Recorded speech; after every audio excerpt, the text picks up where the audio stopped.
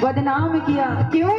क्योंकि हम इस कली युग में आ चुके हैं और इस कली युग में कोई भी थोड़ा सा भक्ति का काम ज्यादा कर लेना, कोई अपनी डेली रूटीन छोड़ के थोड़ा पूजा पाठ ज्यादा करने लगे तो पड़ोसी लोग कहेंगे ढोंग है। जितना दिल ने तुझको याद किया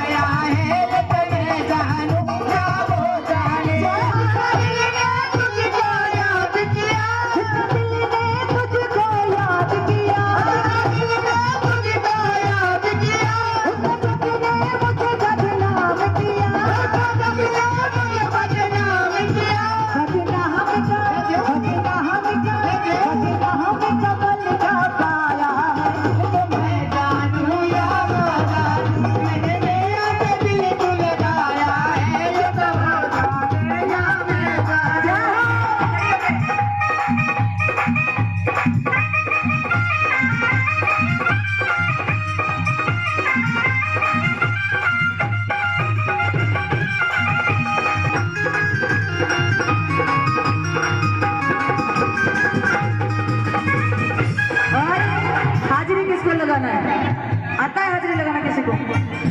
नाचना आता है?